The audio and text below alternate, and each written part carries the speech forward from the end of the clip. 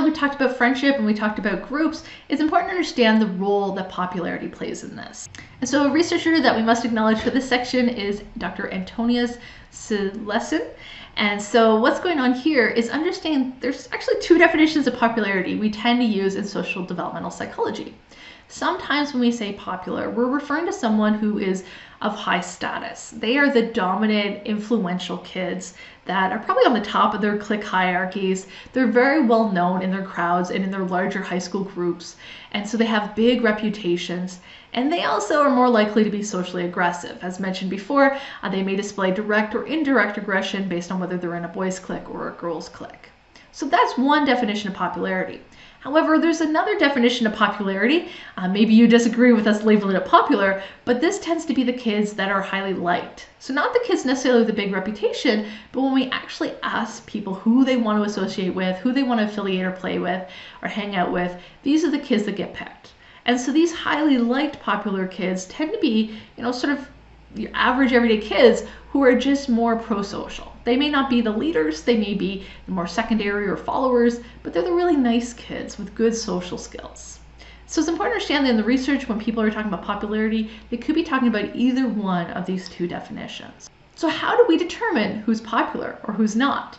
Well, we know who the leaders are from the work by Thomas Kinderman, and we can identify the cliques and we can identify who's the leader, but how do we really know who has the big reputations and how do we really know who is the most liked? Well, to do this, we have to use the popularity classification system known as sociometric nominations.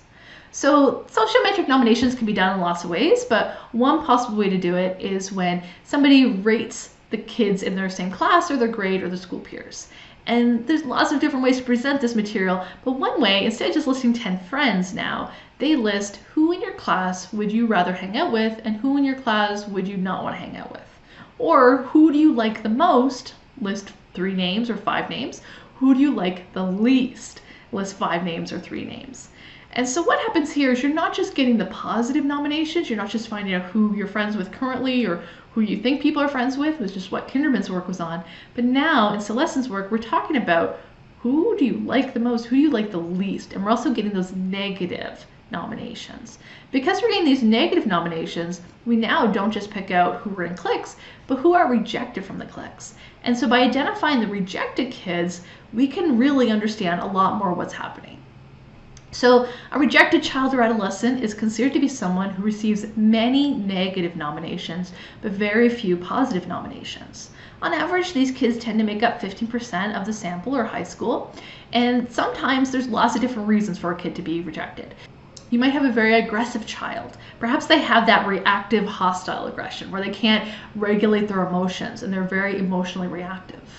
But you also might find kids who are non-aggressive in this pile. You might have the kids that are emotionally reactive in that they cry a lot and they're very emotionally withdrawn, or they're just less socially competent and very immature for their age. We also might find the kids that are very victimized in this group. These are kids that might have been bullied based on developmental differences or based on demographic differences. So we might have kids that are a minority. If the school is predominantly one gender or predominantly one ethnicity or predominantly one income, and there's a kid who doesn't fit in, this may put them in the rejected group because they're being othered by their peers. So that's what's going on in the rejected kid. In addition to finding the rejected kids, we can also find that second version of popular, the kids that are very well liked, who seem very nice. And so popular in this definition is the kids who receive many positive nominations. Many kids want to like them and want to hang out with them, and they receive very few negative nominations. Again, they make up about 15% of the sample or about the high school, and these kids tend to be very pro-social. These kids tend to have a lot of good social skills, and they tend to be very well emotionally regulated. They can pause, they can be assertive and altruistic, and so because of that, people really like to be around them and are comfortable being their friends. They just seem like wholesome, nice people. Now, we can also find the individuals that receive many positive nominations and many negative nominations. And these kids have been deemed as the controversial kids. And they're controversial because clearly some people like them and some people don't. They make up about 10% of the sample. And what we've found is these people tend to be the more high status, high reputation leaders. They may be the very dominant individuals who are the queen bees, who are at the top of the clique hierarchies. And in order to stay at the top of the hierarchies, they have to do a lot of maintenance behaviors to help them to stay on the top. So because of this, they're very socially aggressive to people who might be competing against them to be at the top of the hierarchy. But at the same time, they're very nice to the people that help put them there. So this is the idea that they are nice to those who support them, and they're not so nice to people who are going to compete against them. And this makes them have a very high status. Everybody knows them, but not everybody likes them. So they're in the spotlight, they're very popular, but they're also very competitive. In addition to our rejected, popular, and controversial groups, we have 2 more groups. The next group makes up 55% of the sample, so very important to note that most of the time, most people are going to be defined as average. And so these are the kids that receive a moderate amount of positive nominations, a moderate amount of negative nominations. Sure, they have some people they've had conflicts with, sure, they have some friends. They're just your average everyday person. And so they're pretty much under the radar, they're likable, they might have some people that kind of rub them the wrong way, but it's no big deal. They don't have a particularly high status, they're not rejected, they're the kids that appear in the crowd. So when you're walking down the hallway in high school, they're the kids that don't stick out to you. They fit in. You don't identify them as clearly that kid that's been ostracized or clearly that kid everybody loves. They're just the everyday faces you see. And the final group is what we refer to as the neglected kids. These are the kids that receive very few nominations at all. People don't list them as someone they like, and people don't list them as someone they dislike. These are the kids that are sort of ghosts in the hallway.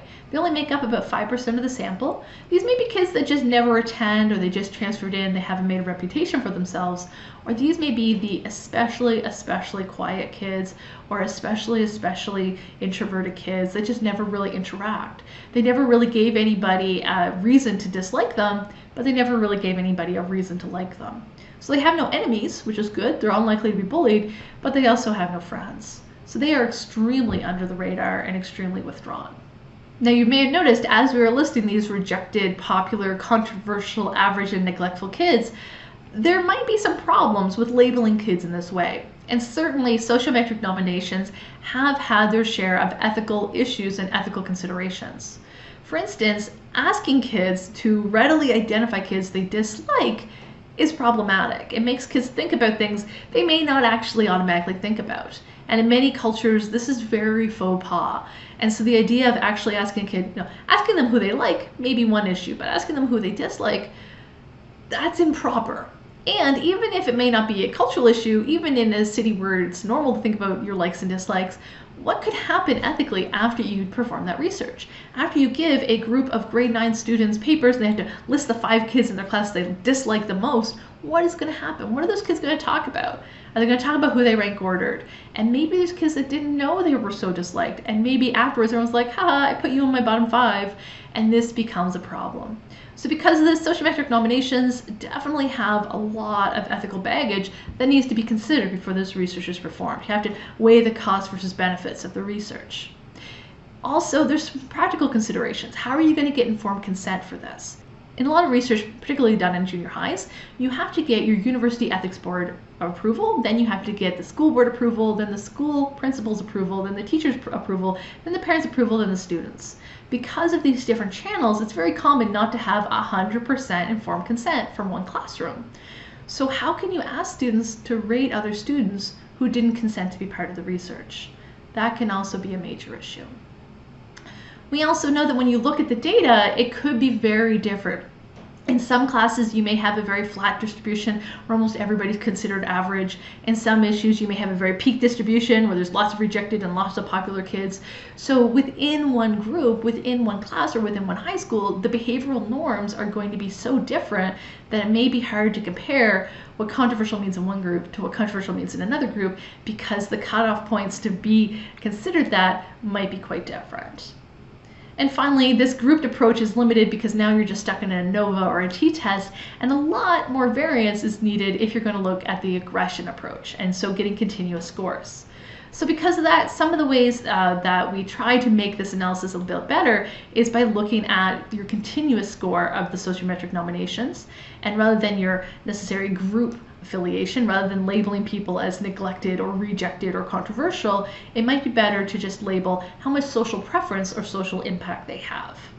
So by social preference, what we mean here is by subtracting all the negative nominations they received from the positive nominations.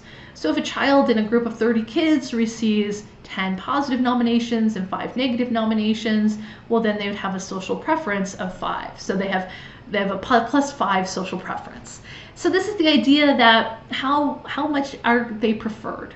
So you can imagine if somebody had equal positive and negative nominations, if they're controversial or if they're neglected, and it's 0 minus 0, they're going to equal out to have a social preference of 0. So they're kind of in the middle there.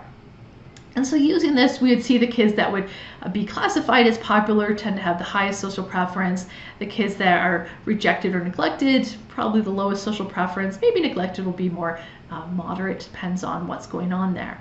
And so this is the idea that it's no longer just about grouping them, but it's about actually measuring how much they're preferred by their class. Then we also have the social impact. This is done by adding the total number of nominations, whether they're positive or negative. And this results in a social impact. So how many nominations do they get in total? How much are they living in their classmates' heads rent-free? And so the ones who have the highest impact, of course, are going to be those dominant big reputation kids, the controversial kids. Then the next ones will be probably popular and rejected. They're well known as likable or well known as not likable. The moderate impact is going to be the average, and of course the very low impact makes sense. It will be our neglected kids. So that's one way we can change the scores to make it more continuous. Still doesn't help us around some of our ethical issues, which is why this research always needs to be done carefully.